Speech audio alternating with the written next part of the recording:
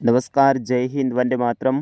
आप सभी विद्यार्थियों का स्वागत है आपके अपने यूट्यूब प्लेटफॉर्म उदय एजुकेशन और सक्सेस पेपर में। विद्यार्थियों, आज के इस वीडियो में लेके आया हूँ राजस्थान 10वीं बोर्ड परीक्षा 2025 की दृष्टि से इम्पोर्टेंट आपके हिंदी विषय का पेपर, जो कि आपके 12 मार्च को होने वाला है। उसकी दृष्टि से वेरी वेरी मोस्ट इम्पोर्टेंट ये प्रश्न पत्र रहेगा। विद्यार्थियों, आपके अंग्रेजी का पेपर हो चुका है और अब 12 मार्च को हिंदी का जो पेपर होने वाला है, उस पेपर की दृष्टि से वेरी वेरी मोस्ट इम्पोर्टेंट ये वीडियो रहेगा। विद्यार्थियों, इस वीडियो को आपने अंत तक देख लिया तो बिल्कुल इस बार आपके सबसे बेस्ट स्कोर होने से कोई भी नहीं रोक सकता है, क्योंकि इस प्रश्न पत्र में जितने भी प्रश्न बताए गए हैं ये सारे के सारे वेरी वेरी मोस्ट इम्पोर्टेंट रहेंगे और आपके एग्ज़ाम में पूछे जाने वाले प्रश्न रहेंगे। तो इस वीडियो को अंत तक देखें, पूरा पूरा पेपर मैं उत्तर सहित लेकर आया हूँ और ये पेपर आपको डाउनलोड करने के लिए भी मैं देने वाला हूँ। तो वीडियो को पूरा देखें, तभी आपको पता चलेगा कैसे आप डाउनलोड करेंगे। देखिए, सबसे पहले आपके लिए सामान्य निर्देश हैं, इनको अच्छे से आप पढ़ लीजिए। आपके पेपर के ऊपर भी ऐसे ही निर्देश आएंगे। अपन चलते हैं डायरेक्ट पहले प्रश्न की ओर। पहला प्रश्न है, निम्नलिखित बहुविकल्पात्मक प्रश्नों के उत्तर अपनी उत्तर पुस्तिका में लिखिए। यानी इस बार आपके जो अवसद के प्रश्न हैं वो कुल 15 आने वाले हैं। तो 15 प्रश्न सबसे पहले अपन अवसद के देखेंगे, जो कि इम्पोर्टेंट रहने वाले हैं। पहला प्रश्न है, मिट्टी, सोना, चांदी आदि हैं व्यक्तिवाचक संज्ञा, द्रव्यवाचक संज्ञा, भाववाचक संज्ञा, समूहवाचक संज्ञा। तो विद्यार्थियों, ये सभी क्या है? द्रव्यवाचक संज्ञा। यानी ऑप्शन ब इसका सही आंसर रहेगा। अगला है, रसिया शब्द में प्रयुक्त प्रत्यय कौन सा है? यानी रसिया शब्द है, इसके अंदर कौन सा प्रत्यय लगा हुआ है? एरा, या, आर, ई। तो विद्यार्थियों, इसका सही आंसर क्या होगा? इसमें कौन सा प्रत्यय लगा हुआ है? या लगा हुआ है। ऑप्शन ब इसका सही आंसर रहेगा। रसिया शब्द है, इसमें या प्रत्यय लगा हुआ है। विद्यार्थियों, अवसद के जो आंसर हैं इनके आप आंसर कमेंट बॉक्स में भी लिख सकते हैं, ताकि आपकी भी तैयारी को परखा जा सके कि आपकी तैयारी कैसी है। तो कमेंट में आप जरूर लिखिए। तीसरा प्रश्न है, रवि धन इस की सही संधि है। यानी रवि धन इस, इसका सही शब्द क्या बनेगा? रविश, रविश, रवि इस, रवियस। तो विद्यार्थियों, इसका सही आंसर क्या होगा? आपका ऑप्शन नंबर अ रहेगा, रवि धन इस। यानी यहाँ पर बड़ी ई और यहाँ पर छोटी ई की मात्रा है, दोनों मिलेंगे तो बड़ी ई की मात्रा बनेंगे रवि स। यानी ऑप्शन अ रहेगा इसका सही आंसर। अगला है, चौथा प्रश्न की समास के कितने भेद हैं? 6, 4, 5, 3। तो विद्यार्थियों, समास के कितने भेद हैं? इसका सही आंसर होगा आपका ऑप्शन नंबर अ, 6 भेद हैं। कितने हैं? 6 भेद हैं। और पांचवा है, लेखक ने पुरानी रूढ़ियों, मान्यताओं तथा अंधविश्वासों को बताया है। लेखक ने पुरानी रूढ़ियों, मान्यताओं और अंधविश्वास को कैसा बताया है? संस्कृति, परंपरा, कूड़ा करकट या आरक्षणीय। तो विद्यार्थियों, इसका सही आंसर क्या होगा? बिल्कुल, कूड़ा करकट बताया है। ऑप्शन स रहेगा इसका सही आंसर। छठा प्रश्न है, बिस्मिल्लाह खां को जाना जाता है तबला वादक के रूप में, गायक के रूप में, शहनाई वादक के रूप में, नेता के रूप में। तो बिस्मिल्लाह खां वाला जो आपका पार्ट है उसमें आपका सही आंसर क्या होगा? ऑप्शन स रहेगा, शहनाई वादक के रूप में। बिस्मिल्लाह खां है, उनको किन के रूप में जाना जाता है? शहनाई वादक के रूप में जाना जाता है। अगला है कि नवाब साहब खीरा खाने के अपने ढंग के माध्यम से दिखाना चाहते हैं। नवाबी ढंग, पाक कौशल, श्रमशीलता, कला कौशल। तो क्या दिखाना चाहते हैं वो आपको बताना है। तो अपना नवाबी ढंग है वो दिखाना चाहते हैं। ऑप्शन अ इसका सही आंसर रहेगा। अगला प्रश्न है, बाल गोविंद भगत साहब किसे मानते थे? कबीर को, लेखक को, खंजड़ी को, ग्रामवासी को। तो विद्यार्थियों, इसका सही आंसर क्या होगा? ऑप्शन अ रहेगा, कबीर को मानते थे। अगला है, तार सप्तक में किसका गला बैठने लगता है? आपको बताना है कि तार सप्तक में किसका गला बैठने लगता है। तो विद्यार्थियों, इसका सही आंसर होगा ऑप्शन ब, मुख्य गायक का। किसका? मुख्य गायक का। अगला प्रश्न है 10वां कि कवि ने फसल को किससे स्पर्श की महिमा बताया है? कवि ने फसल को किससे स्पर्श की महिमा बताया है? पानी, सूरज, हाथ या मिट्टी। तो विद्यार्थियों, इसका सही आंसर होगा ऑप्शन स, हाथ। 11वां है, कवि की भूली हुई स्मृतियां व्यतीत करती हैं प्रेमिका को, स्वयं को, औरों को, इनमें से कोई नहीं। तो ऑप्शन ब रहेगा इसका सही आंसर, स्वयं को। अगला है, गोपियाँ किससे अटूट प्रेम करती हैं? कृष्ण, प्रकृति, उद्धव या सूरदास? गोपियाँ हैं वो किससे अटूट प्रेम करती हैं? श्री कृष्ण से। ऑप्शन अ रहेगा इसका सही आंसर। अगला है, हिरोशिमा के विस्फोट का भोता लेखक कब बना? तो इसका सही आंसर क्या होगा विद्यार्थियों? ऑप्शन आपके सामने हैं। किताबों को पत्थर पर मानव की साया देखकर, यानी ऑप्शन स इसका सही आंसर रहेगा। अगला है, गंगटोक को मेहनतकश बादशाहों का शहर क्यों कहा जाता है? ये आपके 12वीं में भी प्रश्न आएगा और इस बार 10वीं में भी आएगा। तो विद्यार्थियों ये प्रश्न बहुत इम्पोर्टेंट है और इसका जो सही आंसर होगा, क्योंकि लोगों ने कठिन परिश्रम से शहर को खूबसूरत बनाया है। ऑप्शन स इसका सही आंसर रहेगा। और अंतिम अपशब्द का प्रश्न है, भोलानाथ किसको देखकर सिसकना भूल जाते थे? तो किसको देखकर?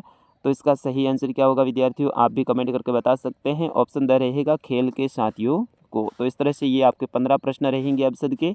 देखिए ये पेपर मैं आपको पढ़ने के लिए देने वाला हूँ, तो पूरे पूरे प्रश्नों के उत्तर भी आपको लिखे हुए मिलेंगे। दूसरा प्रश्न है, रिक्त स्थान की पूर्ति कीजिए, यानी खाली जगह को भरना है।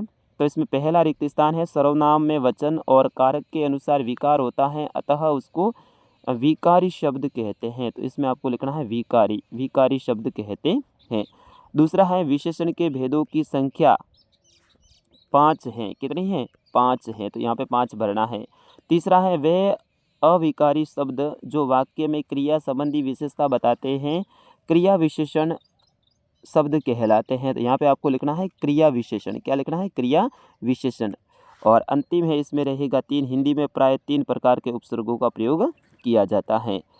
तीसरा प्रश्न है, ये आपके लिए बेहद इम्पोर्टेंट रहने वाला है, जिसमें निम्नलिखित अपठित गद्यांश को पढ़कर पूछे गए प्रश्नों के उत्तर पुस्तिका में लिखिए। तो यहाँ पर अपठित गद्यांश है। अपठित का मतलब है आपके पाठ में से नहीं दिया गया है। आपके जो पासबुक आप खोलते हैं तो उसमें पीछे जो गद्यांश दे रखे हैं काफ़ी सारे, उनमें से ये गद्यांश आएगा। तो उनमें से गद्यांश आएगा, मतलब एक गद्यांश और एक पद्यांश 2 आएगा। तो अच्छे से आपको याद करना है, पीछे जितने भी हैं उनको एक बार आप रिवीजन कर लेना, क्योंकि इस बार आपके समय भी काफ़ी है, क्योंकि 6 तारीख के बाद में अगली परीक्षा 12 को है, 5-6 दिन का गैप है। तो वर्तमान में राष्ट्र को शारीरिक दृष्टि से मजबूत, निर्भय और तथा ऐसे नवयुवकों की आवश्यकता है जो अपने आप में, अपनी शक्ति में विश्वास करते हो। विवेकानंद की दृष्टि से नास्तिक वह है जो अपने आप में विश्वास नहीं करता। भारत के राष्ट्रीय आदर्श त्याग और सेवा को अपनाकर गरीबों, भूखों, पीड़ितों की सेवा में अपने को अर्पित करना ही राष्ट्र की सबसे बड़ी सेवा है। तो ये आपके लिए गद्यांश इंपॉर्टेंट रहेगा। इसमें देखिए, प्रस्तुत पद्यांश की उच्च शीर्षक है राष्ट्र सेवा। क्या है? राष्ट्र सेवा। तो इस तरह से आपको इनके उत्तर लिखने हैं। तो इसकी राष्ट्रभक्ति हो जाएगा या राष्ट्र सेवा, जो भी हैं आप लिख सकते हैं। और दूसरा प्रश्न है, वर्तमान में कैसे युवाओं की आवश्यकता है? तो इन सभी प्रश्नों के आंसर यहाँ पे दे रखे हैं। राष्ट्र की सबसे बड़ी सेवा क्या होती है? भूखे पीड़ितों की सेवा में स्वयं को अर्पित करना और राष्ट्र की सबसे बड़ी सेवा होती है। विवेकानंद के उपदेश का ध्येय वाक्य क्या है? वो आपको लिखना है। तो उपदेश का ध्येय वाक्य है कि उठो, जागो और तब तक रुको नहीं जब तक लक्ष्य प्राप्त न हो जाए। इस तरह से इनके आंसर आपको लिखने हैं। तो विद्यार्थियों, पूरे के पूरे प्रश्नों के उत्तर हैं आपको गद्यांश में मिल जाएंगे।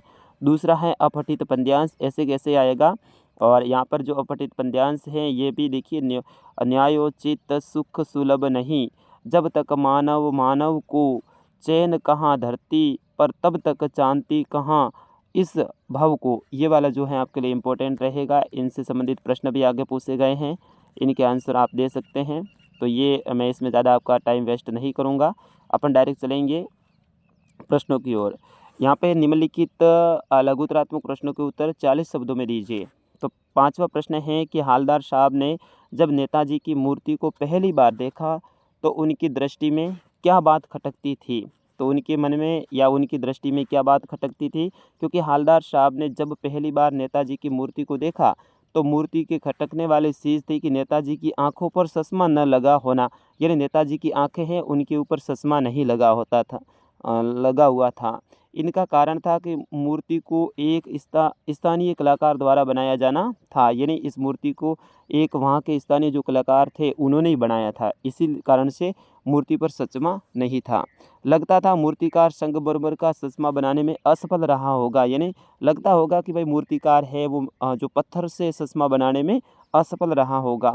फिर भी उनका बनाया चश्मा निकल गया होगा, लेकिन फिर भी उन्होंने बनाया होगा, लेकिन वो बनाया हुआ चश्मा किसी ने निकाल दिया होगा, ऐसा वो लेखक सोच रहे हैं। मूर्ति पर किसी ने असली चश्मे का फ्रेम लगा दिया था और उस मूर्ति के ऊपर है असली जो चश्मा होता है उनका जो फ्रेम है वो किसी व्यक्ति ने लगा दिया था। यही देखकर उनको आश्चर्य हो रहा था। अगला प्रश्न है, एक कहानी यह भी पाठ के आधार पर बताइए कि लेखिका के अपने पिता से क्या वैचारिक मतभेद थे।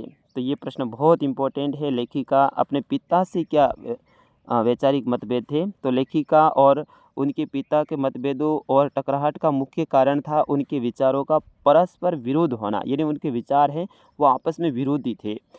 लेखिका के पिता चाहते थे कि उनकी बेटी देश और समाज के हालतों से परिचित हो। लेखिका के पिता क्या चाहते थे कि उनकी बेटी है वो देश के जो समाज के जो हालत है उनसे परिचित हो, यानी उनके बारे में उनको जानकारी हो।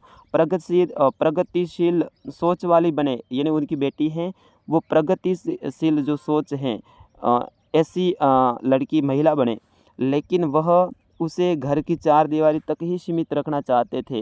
लेकिन उनके पिता का मानना था कि लड़की को घर के अंदर ही रहना है, घर से बाहर नहीं निकलना है, यानी घर की चार दीवारी के अंदर ही सीमित रखना चाहते थे। लेखिका को पिता की यह सीमा स्वीकार नहीं थी, यानी लेखिका को ये पसंद नहीं था कि उनके पिता घर की चार दीवारी में उनको रखें।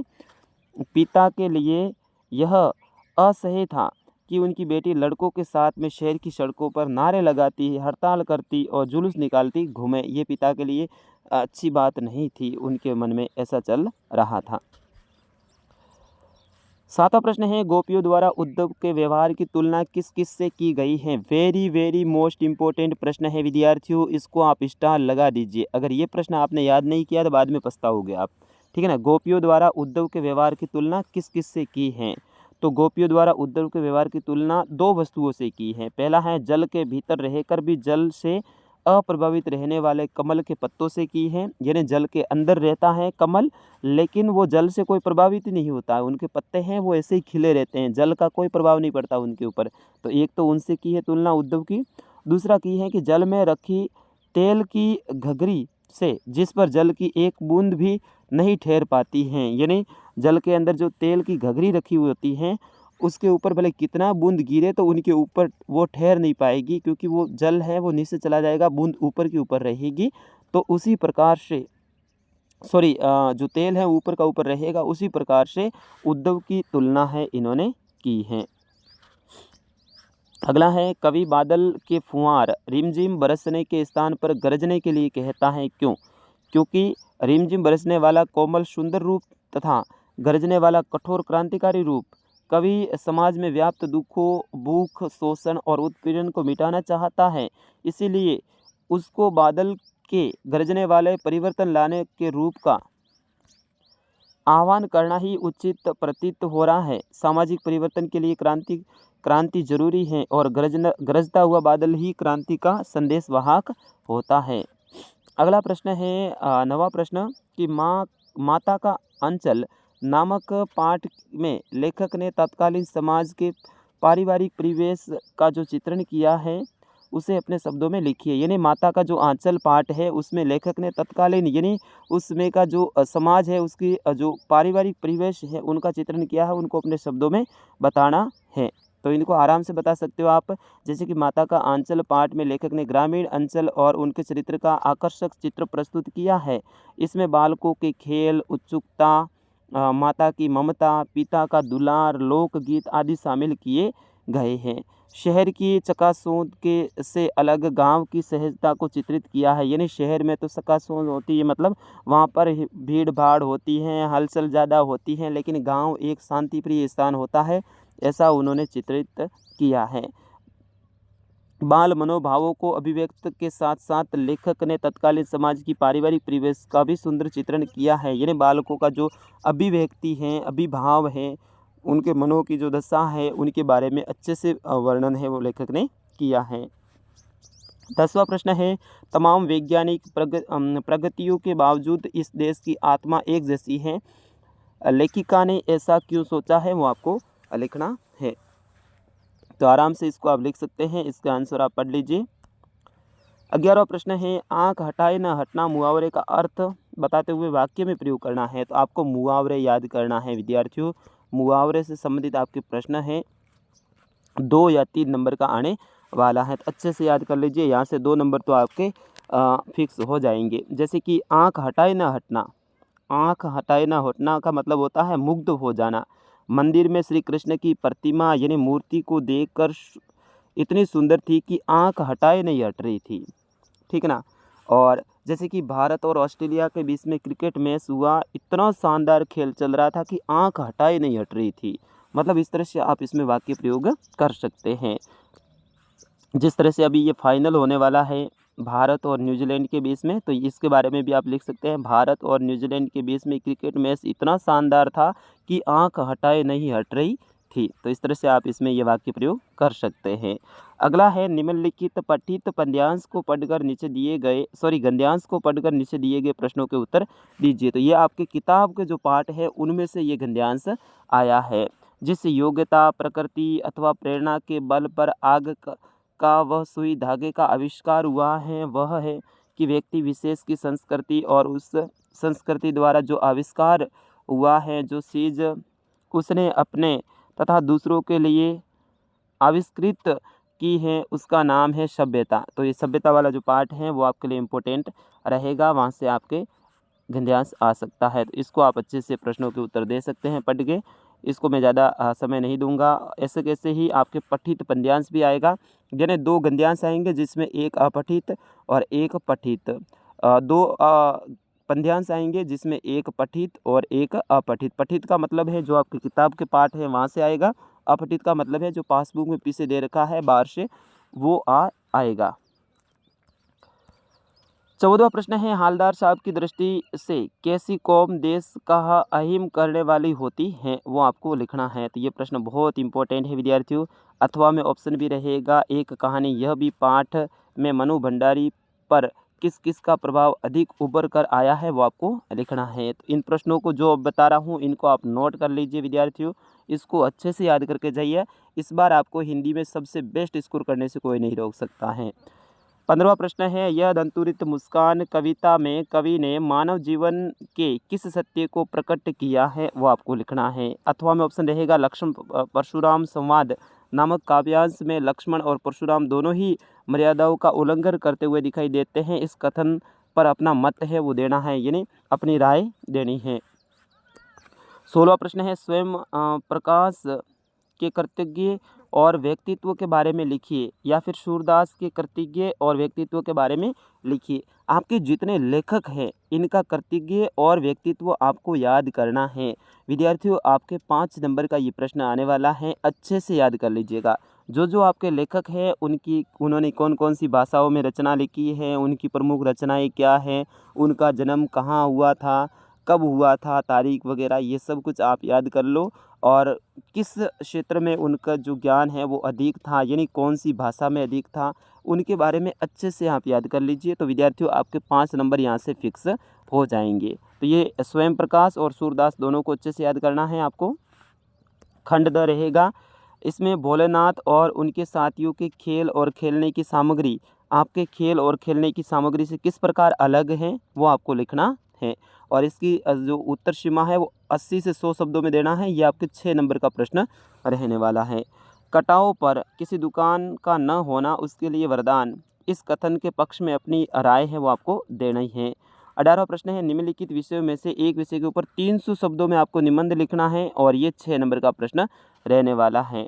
तो किसी एक के ऊपर लिख सकते हैं, जैसे कि शिक्षित नारी की समाज में निर्माण की भूमिका, इन शब्दों का प्रयोग करना है। पहले पॉइंट ये बनाना, इनके बारे में आधा पेज या 1 पेज भर दो, इनके बारे में आधा पेज भर दो। इस तरह से आपको 10-10 लाइनें, 20-20 लाइनें इनके बारे में लिख देनी है। आराम से आप लिख सकते हैं बना के, ठीक है। और दूसरा जो आपके लिए इम्पोर्टेंट रहेगा वो रहेगा शिक्षा में खेल कूद का महत्व। तो इसके भी ये पॉइंट आप बना सकते हैं। मेरा प्रिय कवि, इनके बारे में आप ये पॉइंट बनाते हुए लिख सकते हैं। समाचार पत्रों का महत्व, ये भी आपके लिए इम्पोर्टेंट रहेगा। और 19वां प्रश्न है, आपके पिताजी का स्थानांतरण जयपुर हो गया है, अतः जयपुर के विद्यालयों में प्रवेश लेने के लिए आपको स्थानांतरण प्रमाण पत्र की आवश्यकता है। अपने विद्यालय के प्रधानाचार्य को इस आशय का प्रार्थना पत्र लिखिए, यानी टीसी के लिए आपको प्रार्थना पत्र याद करना है। अथवा में ऑप्शन रहेगा, प्रार्थना पत्र नहीं आता है तो आप पत्र भी लिख सकते हैं। मेरे हिसाब से तो प्रार्थना पत्र बेस्ट रहता है। आप अच्छे से एप्लीकेशन याद करके जाइए। अगर एप्लीकेशन नहीं रहता है तो आप लेटर याद कर सकते हैं, पत्र। तो इसमें देखिए लेटर आपके लिए इम्पोर्टेंट रहेगा। आपने अपने विद्यालय में वृक्षारोपण समारोह का आयोजन करवाया है, आपकी इसमें सक्रिय भागीदारी रही है। इस समारोह का अनुभव बताते हुए अपने छोटे भाई को पत्र लिखना है।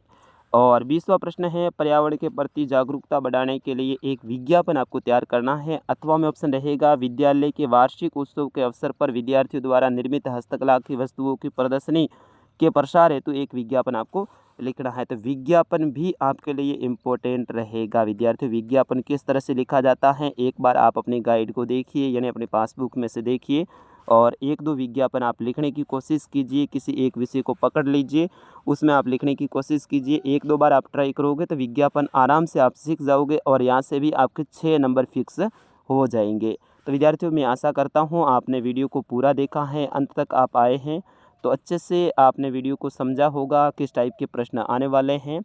और विद्यार्थियों, इस पेपर में से भी आपके लगभग 50 से 60% प्रश्न आने की संभावना रहेगी, यानी यहाँ से आपको काफ़ी हेल्प मिलने वाली है। 50 से 60% कम नहीं होते हैं विद्यार्थियों। और हाँ, इस पेपर को आपको डाउनलोड करना है तो आप हमारी वेबसाइट पे भी जा सकते हैं। वेबसाइट पे जाने के लिए आपको गूगल में जाकर सर्च करना है udaystudy.in, यानी udaystudy.in। देखो, उदय स्टडी नाम से खूब सारी वेबसाइटें दूसरे लोगों की होगी, आपको पी से ध्यान रखना है, IN लगा हो यानी इन लगा हो, वही हमारी वेबसाइट है, ठीक है। वहाँ पे आप जाइए, वहाँ पर जाने के बाद में ऊपर जो पेपर वाला सेशन आएगा उसके ऊपर क्लिक कीजिए और क्लास 10 के ऊपर आप क्लिक कीजिए तो आपकी कक्षा 10 के सभी पेपर वहाँ पर मिल जाएंगे। डाउनलोड करने का ऑप्शन आएगा, वहाँ से डाउनलोड करके आराम से आप पढ़ सकते हैं। इसी वीडियो के डिस्क्रिप्शन में मैं अपने वेबसाइट की लिंक भी दे दूँगा। तो विद्यार्थियों, अगला पेपर कौन सी सब्जेक्ट का सही है आप ज़रूर कमेंट करके बताइए। वैसे आपके एग्ज़ाम में 5 दिन का समय है, यानी आपके 12 तारीख को है। मैं इस वीडियो को आज रिकॉर्ड कर रहा हूँ 6 मार्च को, तो यहाँ से आपके 5-6 दिन का समय है। तो ऐसे में आने वाले समय में भी मैं आपके लिए 1-2 और वीडियो अपलोड करने की कोशिश करूँगा। फिलहाल इस वीडियो में इतना ही, मिलते हैं अगले वीडियो में। तब तक के लिए नमस्कार, जय हिंद, वंदे मातरम।